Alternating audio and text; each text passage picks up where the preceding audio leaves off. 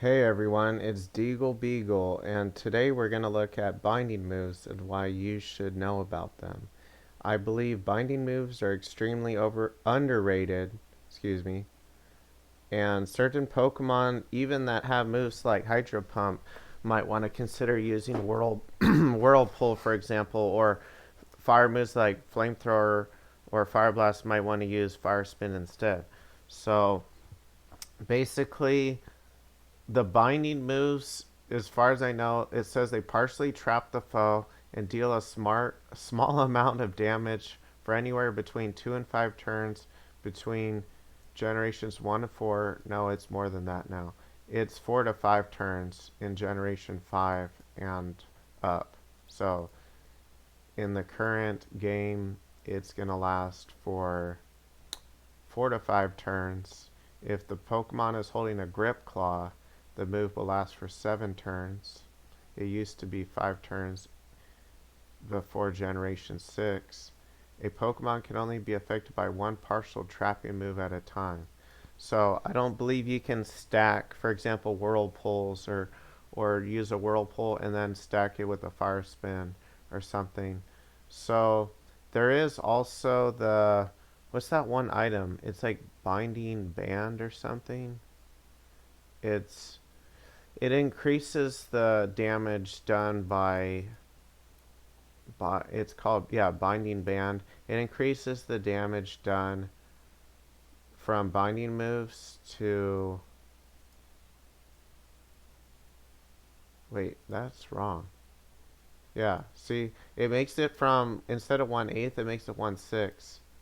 So moves like that or items like that would be good, but the Pokemon that doesn't have much offensive potential, like it's been used with stuff like Shuckle, so that you can just do a lot of residual damage, sort of like Garganical.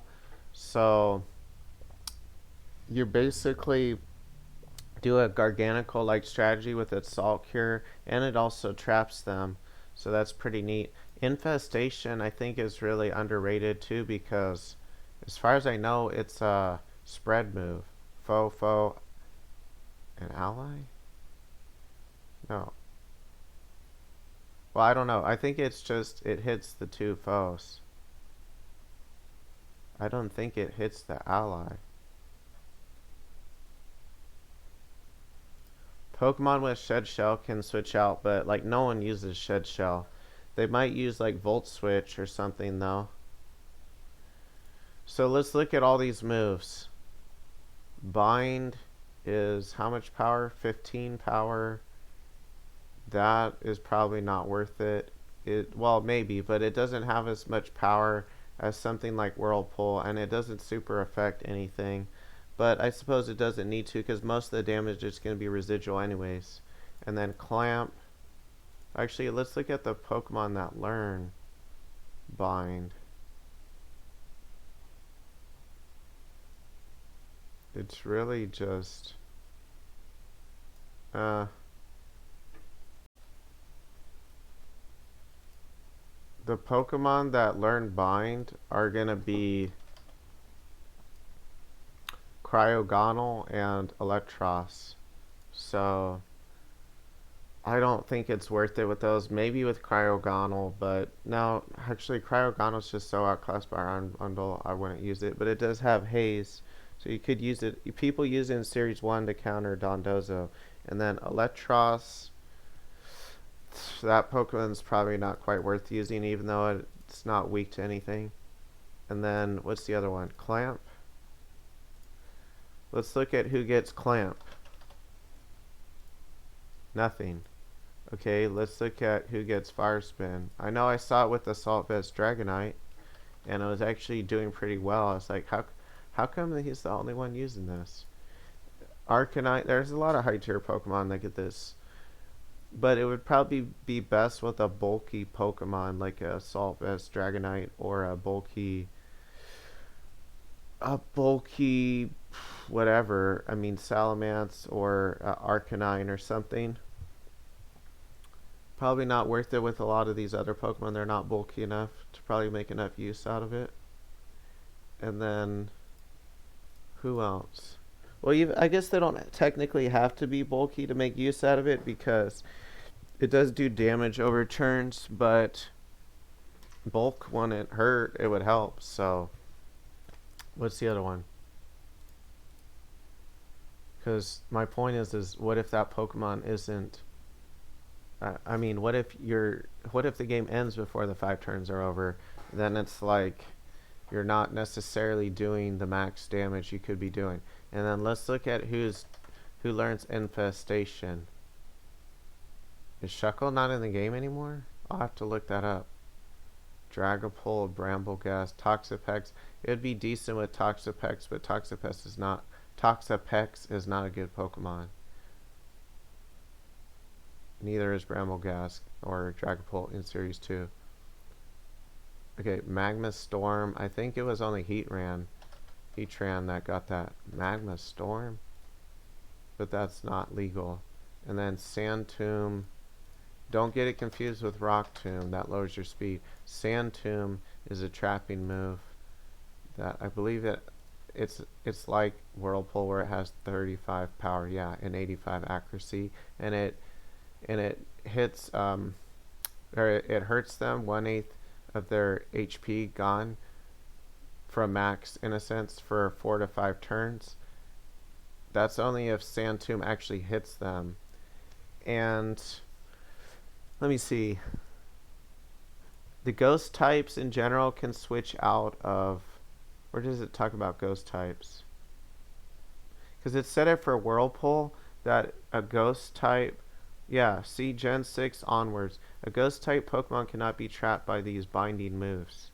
So you have to be careful using it against a ghost type because instead of all that residual damage you would have done, I believe it still damages them if they stay in, but they could just switch out to neutralize the binding effects, the binding damage, and being trapped. And then Snap Trap, that is only learned by Stunfisk. Galarian Stunfisk. Okay, forget that. That's okay. Thunder Cage. I know Regieleki. Okay, Regieleki is the only one that could learn it. Huh. Actually, this move is kind of broken with Regieleki because I don't know why more people didn't use it. I guess because it didn't necessarily do as much immediate damage. And it is special? Yeah. Probably also because it could miss. But having 80 power special move that hurts them that much, 4 or 5 turns, 1/8 every turn, that is really good. And then Whirlpool. This would be actually usable with mostly Iron Bundle, but there might be another few Pokemon that would do well with it. It's really just Iron Bundle because Gyarados and Cloyster and Floatzel aren't good enough, or they wouldn't be ideal for Whirlpool. Iron Bundle would be because Hydro Pump misses too much, and I know Whirlpool only has 5% more accuracy listed on it, but be careful to not do the math wrong. It's not 5% more compared to Hydro Pump. It's like just 5 more accuracy, I should say. So 85% accurate instead of 80. So it is a good option to trap them too, just ignoring the damage aspect of it. You can see it as like a mean look that also does a little bit of damage from the first hit, even before the residual damage. So it really can rack up damage. So I think it would actually be really good on on Iron Bundle. I would probably use it over Hydro Pump personally because the trapping plus the net damage is just so useful in theory. I would have to test it out in practice, but I just think that these binding moves are really underrated. And then let's look at the last move, Wrap. It's a wrap. That's only 15 power, but again, the main selling point of this type of move, is the residual damage, which does the same as all the other ones do. And it actually has more accuracy. I didn't notice that. 890 versus 85 is actually a big difference. Why does Bind have 85 with a 15 power move, but Wrap has 90? That's kind of inconsistent. keep it consistent, Pokemon. Who gets wrapped? Let's see. I meant to check if Shuckle's even in the game. It's probably not. Um, Dragonite gets it, but it would probably be better off using Fire Spin. By the way, I don't believe these moves super affect anything when they do the residual damage. I think it just does the 1/8 every turn. Because someone used Dragonite with it recently against me with Fire Spin. I'm like, whoa, how come everyone's sleeping on that? Like, I never even thought about that. Just scrolling through the list because it looks like a low power move, but you forget about those secondary effects. So that's something you really got to do when you're looking at move sets that even I overlooked, and I've been playing the game a long time. Okay, so wrap, your best bet are usually Pokemon that could use a better binding move like Fire Spin Dragonite. His Toadskull's 4 times weak to ice. Sandaconda might be alright, but I only remember using it with like Minimize and stuff, and I think it learns Slack Off or whatever. Orthworm, it might be decent with, but usually it's trying to use a Shed Tail instead or something, so I don't know. I don't think Wrap is very useful. To sum it up, I think the most useful Pokemon with it, I'm just going to put in this video. Whirlpool, Iron Bundle. It was Fire Spin, I think Dragonite. Arcanine, Fire Spin, Dragonite. It was... What else? Infestation? I don't remember a good Pokemon getting it. Let me double check. Yeah, there. Oh yeah, Frostmoth. It might be good with. Frostmoth's not a bad Pokemon. Infestation, and it's pretty bulky too. Has double whatever its special defense is with Ice Scales. And then, who was it again? Sandtomb. It was Hippowdon. It would be good with. Maybe Crocodile, but Hippowdon's bulkier than Crocodile, and it can use Slack Off to restore its HP. Stuff like Fortress is not very high tier. I believe Garchomp gets it, but I don't know if that's really worth it on Garchomp because it's a more of an, I don't know, like it has a lot of offense. It has decent defenses and stats, but it just seems like it's more ideal with something like Hippowdon, Sandtomb.